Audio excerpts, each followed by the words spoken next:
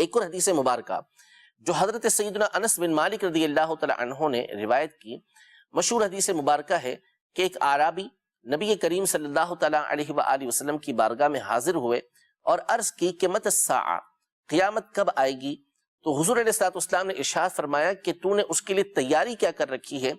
تو انہوں نے کہا میں اللہ اور اس کے رسول سے محبت کرتا ہوں، یعنی کچھ زیادہ عمل میرے پاس نہیں ہے، ولیکن احب اللہ ورسولہ، میں اللہ اور اس کے رسول سے محبت کرتا ہوں۔ تو نبی کریم صلی اللہ تعالی علیہ وآلہ وسلم نے ارشاد فرمایا کہ المرء مع من احب، کہ آدمی اسی کے ساتھ ہوگا جس سے وہ محبت کرتا ہے۔ صحابہ کرام علیہم رضوان جو نبی کریم صلی اللہ تعالی علیہ وآلہ وسلم سے کامل محبت کرتے تھے، ان کا وظیفہ نبی کریم صلی اللہ تعالی علیہ وآلہ وسلم کی چہرہ مبارکہ کی زیارت کرنا، نبی کریم صلی اللہ تعالی علیہ وآلہ وسلم کی بارگاہ میں رہنا تھا۔ حضرت انس بن مالک رضی اللہ تعالی عنہ فرماتے ہیں کہ جب نبی کریم صلی اللہ تعالی علیہ وآلہ وسلم نے یہ بات ارشاد فرمائی کہ آدمی اسی کے ساتھ ہوگا جس سے وہ محبت کرتا ہے،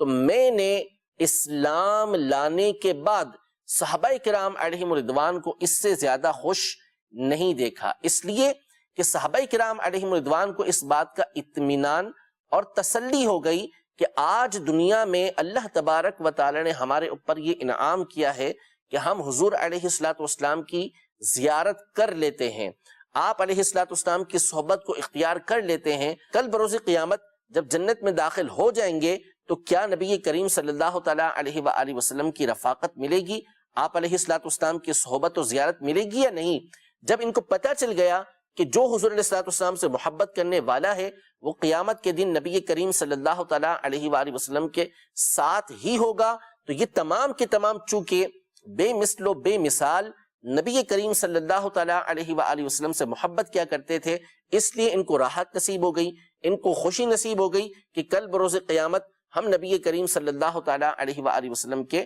ساتھ ہی ہوں گے۔ حضرت